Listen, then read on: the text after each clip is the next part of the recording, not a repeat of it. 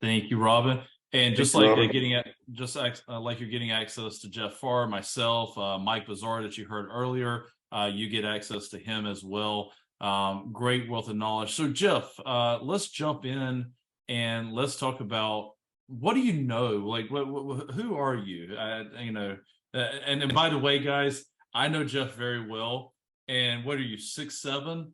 So he Yeah. doesn't look as big on camera, but when you stand beside him, I look like a little kid. So Jeff, talk to us. All right, buddy. Well, I'm super glad to be here. Talk to everybody. Um, I think what Robin has built, her stuff. If you understand the industry, there's literally nothing that compares to it. I mean, she is not just the best of the best. It's above that. Let's call her the GOAT, right? The greatest of all time. We're gonna get Robin the GOAT. But I mean, it's true. I've looked at all kinds of different marketing, sales, enablement programs in the MSP industry for many years, and her stuff's the best. TMMT, the whole team. It's a very big team. You may not realize quite how big it is. Boot camp. What was it? 2 weeks ago, Will? 2 weeks ago. Yep. Unbelievable, right? And guys, the ones if you weren't here earlier about boot camp. Boot camp is the largest event that we have. We probably are the third or fourth largest IT event in the nation, and just amazing. We had tracks. We had a CEO track, sales track, marketing track. Great speakers. Jeff was on stage several times. I was, and awesome event. Yeah, had the Shark Tank guys there.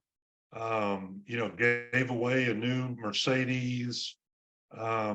Just over the top, phenomenal, unbelievable number of vendors at the event. So anyway, I think that if you're looking into sales and marketing and you're an MSP in the MSP space or the MSSP space, or you're a VAR, it doesn't really matter. This is a place to be. Change your business. Yeah. So Jeff, I love the post here. So that Jeff dude is big. Damn. Who is this person who's giving us some grief here? So Jeff, let's talk about Robin's. We've talked about a lot of things: QBRs, raising your prices, compliance, all the above. Sure. What is it important to charge, in your opinion? What you're valued and what you should be charging in the marketplace. What's the importance of that? So Robin talks about the head trash, right? The term head trash. But in reality, when I'm coaching MSPs, invariably, right, almost nobody really understands how to price, right? They've got some ideas of what they think the market is, but most of the time they're focused in their local geography, right? And the reality is, as you get exposure to more providers, bigger providers, you quickly realize that most of the time it's our own limitations. We're not comfortable charging $200 a user or $250 a user or $300 a seat, right? In one of my businesses, we're over $300 a seat per month, 312 on average. And a lot of people just like, oh my God, how do you do that? And if you're down charging $40 or $50 a seat, well, that does look like a big difference. But there are tried and true ways of how you increase your services. And the analogy I'll give you is, if you go to the car wash and you just get the basic car wash, no wax, just drive through, it's $12 or something, right? $8, $12, whatever. Or, they can do the inside, they can armor all the tires, and they can all, they wax the car. And next thing you know, I'm $48, getting through the car wash, right? And so that concept is what I'm talking about. How do you get a bigger, better overall service offering And by the way, when you do that, you start to look more strategic. You start talking about more strategic things. Robin talks about credibility. She talks about authority, celebrity, trust-based marketing. All of that comes from you learning how to get bigger and better, meaning you can charge more. So that's a lot, that's probably a lot to digest, but the reality is the first MSP that I ever ran was in a small market, 200,000 people in that market. It was not a big city. And we did about $4.5 million out of that one market. And we were still growing. So the concept that, I'm in this small town or I'm in this rural part of whatever state, simply not true. I've got one of the guys that I talked about. He's in Arkansas in a small town, 20,000 people in a small town. He's doing $1.3 million in a town of 20,000 people. Well, and he's growing. So, pricing, what you go after, the type of clients that you pick, the services you offer, all of that is a mental construct. And, if you're in any of my sessions or you're in one of my coaching scenarios, I'm gonna push you. I want you to be aggressive. I want you to get bigger than you are. I want you to ultimately, I want you to grow some wealth. I don't just want you to have a job in a business.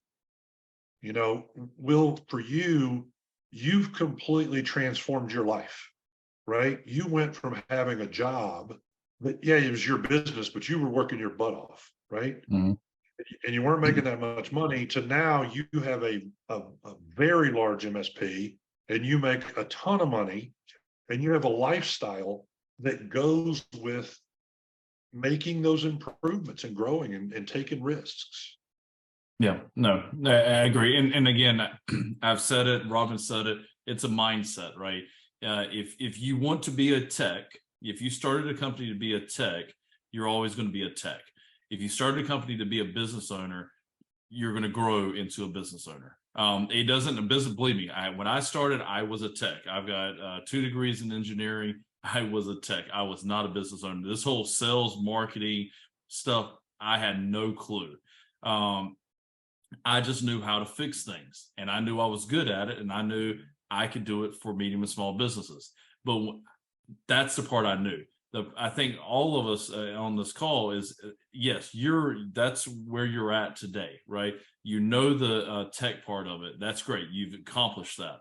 Now you've got to let go of the tech. And it took me some time. Oh, Jeff, I'm telling you, it took me time to let go of plugging in cables and configuring firewalls, because I knew in my head I could do it better than anybody else. I can do it faster, better, and more efficient than anybody else. Why should I hire someone smarter than me? And I know Robin talked earlier, Jeff, about hiring and having the right team. People ask, Will, what was your first hire and what should my first hire be? Well, my first hire, I did a great job on them, but honestly, it's trying to replace me in the tech side is the better option, because then I can help grow. I can focus on growing the business. When you hire a level 1 tech and you are the engineer and you're having to fix the servers, you have to train. Now you just added you another job because you got to train this level 1 tech to grow himself or herself. So, but Jeff, how do you, when you're coaching, to encourage a company to grow? And what are the things that, in your opinion, it takes a company to grow? Well, we keep going back. Now, remember, my degree's in psychology. So even though I have a technical background and have been doing it for 30 years, ultimately business is about people, right?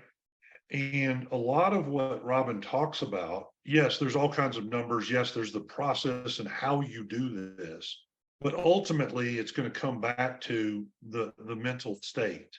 And one of of the reasons I think we keep talking about it so much is because that's when we get scared, right? And so when you say things like, look, I want you to get out of the tech and you're going to have to get in the sales world.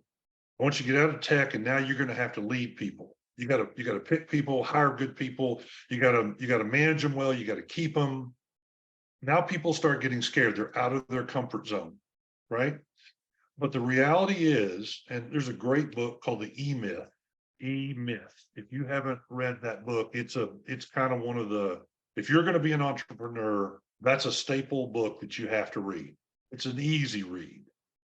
The fundamental premise is everybody goes into business learning how to, because they know how to do something. You start a barbecue joint, it's because you know how to make barbecue. If you start a dress shop, it's because you know how to sew. If you start an MSP, it's typically because you're a tech and you know what you're doing, right? You got a technical background. That's only one of the three major stools of the legs of the stool. Somebody's got to sell. Somebody's got to manage and lead, do the numbers, pay attention, be sure you don't hire the wrong person the wrong way. And then somebody's actually got to do the thing that you do. Right. And so, and it's true when an engineer becomes a business person, they have to get out of that mold. So how do you grow? Back to your point. The only way you can grow is you've got to get that sales and marketing function built up. If you don't naturally know how to do it, I didn't know how to do it. You didn't know how to do it. So what do? You have to hire somebody. You have to get a coach. You have to get serious and take it serious. And you've got to immerse yourself and decide that it's going to happen. So when people come by and they start Robin's program and they'll say, oh, Jeff, we're struggling. I'm just not getting the leads. And I'm like, okay, tell me what you've done in the program. Well, we did this. Okay, great. Good first step. What about this? Oh, no, we haven't done that yet. Okay, what about your website? No, well, we haven't really optimized that yet. Okay, what about, and by the time we get done, they've done 1 out of 20 things that's in the program. That person's not serious. They're not going to grow because they're not doing the program. I tell people this all the time, MSP owners. We have about 20 or 25 years worth of something called an MSP. All of that knowledge has been captured, and there is a very, very clean formula about how you take an MSP from 1 person to 2 people to 5 people to 50 people to 200 people. That's known. That we know that formula. If you will follow it, that's where everybody gets hung up. Well, what if we do it this way? Oh, well, I'm going to cut that step out. That doesn't work. So the way you built a $12 million MSP, the way I ran a business that was $15 million is because we followed the formula. Yeah. And I think the biggest thing is people, I mean, you've heard people, I mean, Jeff, they've heard people like Mike Bazaar and Brian Hamilton and you and myself now, talk about process. I don't care if it's marketing, sales. I mean, we've been talking about a lot of processes today. And why recreate the wheel where it's already there, right? I mean, why? You're not the smartest person. I mean, I'm not defending anybody here, but they're not I'm not the smartest person on this call. Jeff, it might be you. I might, you might be the best looking one on the call, Jeff. But, definitely got that covered, buddy. So, but that, it is really following that clear process that's there. A lot of things, when I joined Robin, I would read the letter. I'm like, that doesn't sound like me. That's not going to work. Everything that I've ever heard a member say during a coaching call, I've said it myself.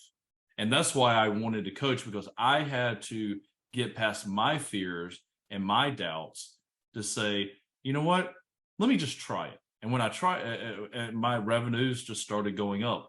but I got out of the tech. I mean, I the first time, Jeff, a little commentary here. First time in 6 years have I done tech support was Sunday last week, this past Sunday. I was the closest to the client. I just got text. I looked in on Teams message, the text talking. I was like, you know what? I'll go do it.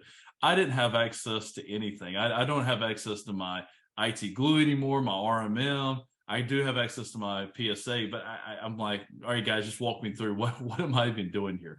And so, hey, but I fixed the problem. And it was a recurring problem. So there you go. I still do tech support stuff, but you know, that's fine. But that's where it shows you I am an engineer and I do not do engineering stuff anymore. And it's not because I don't want to. I love that, because I knew that I had to move on and expand my knowledge in the business aspect to grow the business. Now, a lot of people I see, owners still getting their, you know, MC, whatever the certificates, I don't even know the certifications anymore, CCIEs and all the certifications as the owner. Why are you as the owner doing that? You know, you need to focus on hiring people that have those certs. Like I hired John DePero from a compliancy standpoint. I know compliance. I don't know nothing compared to what he does. But why don't I hire someone to take on that work for me, right? So it's what's the saying? Work smarter, not harder, right? Sure. And that's the concept of that as well. Yeah, it's back to this kind of formula or recipe. I mean, if you and I were going to bake, a really fancy chocolate cake, right? We're not going to go try to figure that out on our own. And we're not going to look over and say, well, it kind of looks like they do that. We're going to go find a recipe. And more than likely, we're going to follow it, right? I mean, a little more sugar, a little less sugar, whatever. But I mean, in general, we're going to follow that recipe. Well, it sounds silly to think, well, I'll run my MSP and grow my MSP the way I'd make a cake, but they're not that different. I mean, and more importantly, when it comes to the sales and marketing, Robin's stuff is so incredibly deep, right? There's nothing you can't get into. Every possible thing that you want to do is in her program, in TMMT's program. And then on the other side, when it comes to how you run your business, how you hire, how you price, what our metrics should be. We do all of that stuff for you. Will runs a great session on how you price. I run a session on what are best in class metrics. What am I trying to achieve? What kind of EBITDA? All those kinds of things that you need to know where you should be. And more importantly, we benchmark you. Where are you now? So, So Jeff, it's hard. Robin talked a little bit about some numbers, right? EBITDAs, gross profit, stuff like that. What are five? And I know you've got a ton of metrics, and guys, he shared metrics with me. Like, oh, I started writing down. Now I'm using. So I'm still learning as well.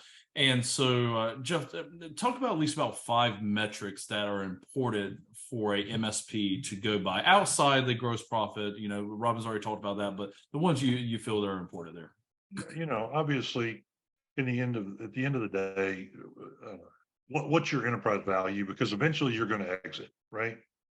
I think that's another thing we talked about is we don't talk enough about exiting, because more than 50% of entrepreneurs don't exit on their own terms, right? We call it the 5 Ds: death, divorce. There's all kinds of reasons why a business will stop. So understanding your enterprise value today and where you want it to go, that's a big metric that I think a lot of people just don't spend enough time on. Another one is, your largest cost in your business is people, and specifically tech people. So service labor is your largest cost in your business by a mile, unless you're a VAR, which is a little different. But for most of the people on this call, and really understanding what should you be spending, right, each month. Do you have, what percentage of revenue should you be spending on your techs or on your service staff or on your whole staff? How much revenue per tech? How much revenue per employee? Right? I like to see $20,000 of revenue per employee each month. Okay. Which turns out to be roughly $250,000 a year per employee. So if you want me to translate that, it means if you're $1 million business, I really want to see 5 employees in there. That's usually a pretty healthy business. Yeah, Now, that's doesn't funny that you shared that, because a lot of people say, I'm a $2 million business or a $1 million business. I'm like, well, you probably got this many employees. They're like, how did you know that? And that 250 is a definitely good number to go by. I was looking the other day, I was talking to this guy, he's got a $6 million business, right? And I think he's got 57 people or something like that.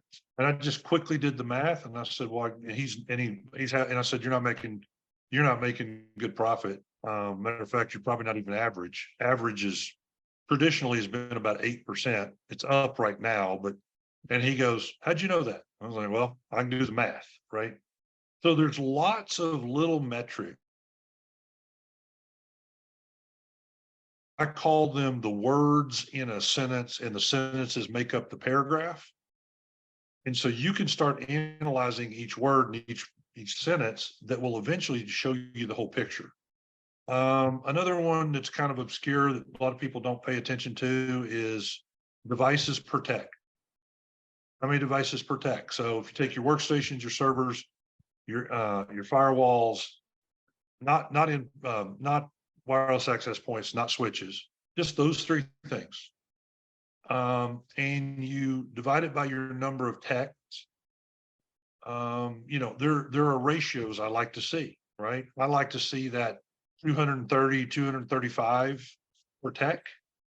Invariably, somebody says, Jeff, we're just not making enough money. I'll say, how many techs, devices per tech? And they'll say, we got 175. I'm like, I guarantee you're not efficient enough. Okay, we're not efficient. What does that mean? Well, either your guys are spending too much time on each ticket, because that means they're either not trained well or they're not qualified. They're lazy. Another one is you're not automating anything, right? So automation can speed up your tech to device ratio. So Jeff, on that, just to clear up for everybody, it's computers, servers, and firewalls, and divided by the number of techs you have.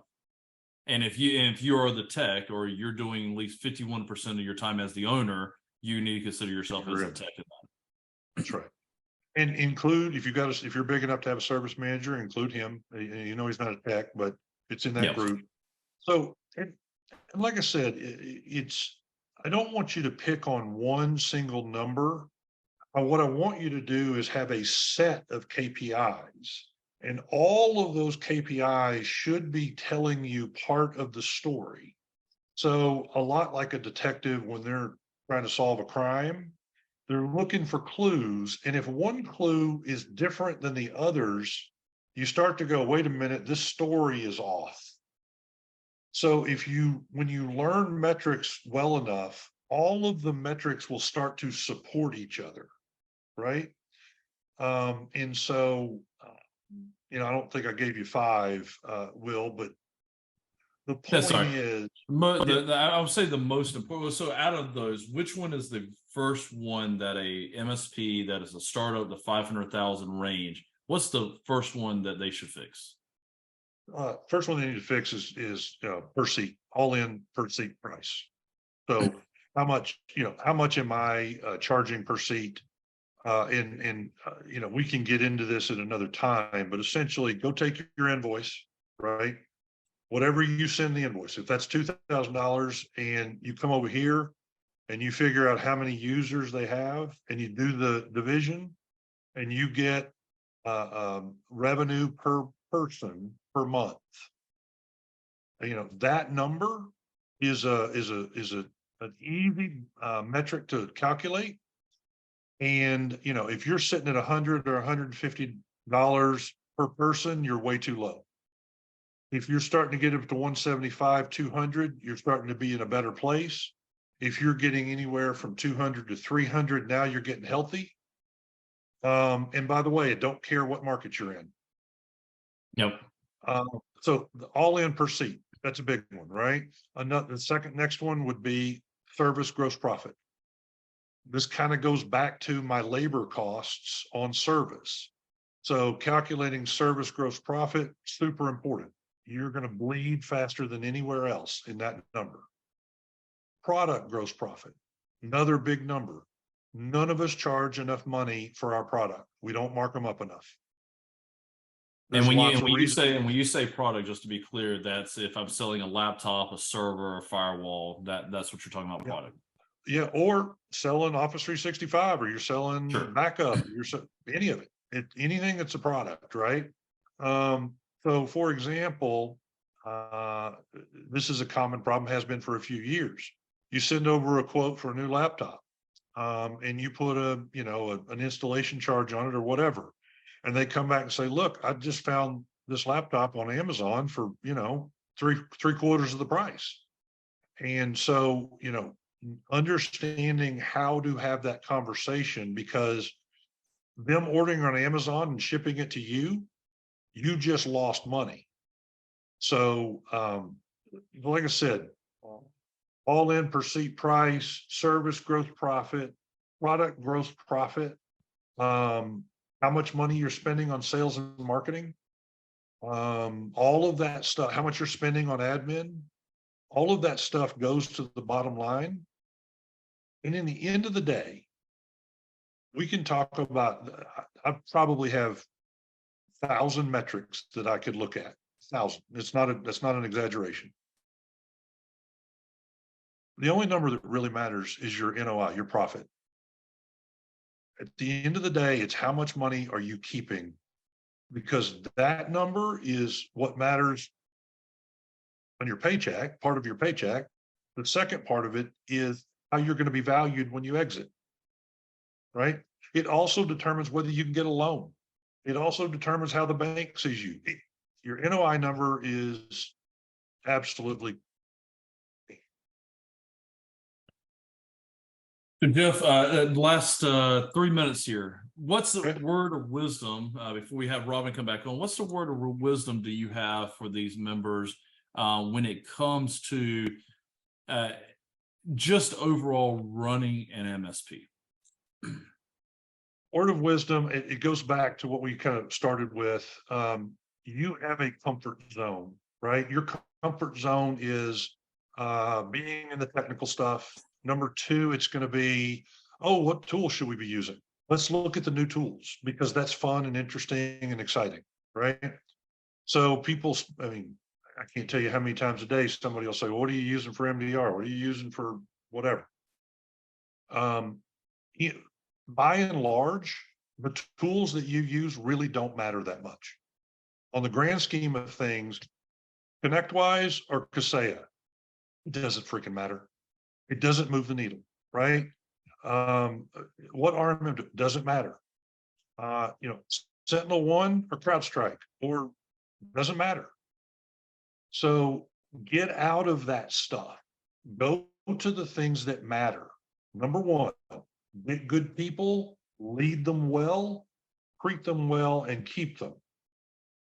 Go build yourself a sales and marketing engine, a program, and go to Robin's stuff and figure out this work. Get a decent salesperson. It's hard to find. Train them. And then overall, that's my biggest message. Get out of your comfort zone, right? And that has to do with people, and it has to do with sales and marketing. Cool. Well, Jeff, appreciate it. Thank you for coming on so much. I will turn it back over to Miss Robin.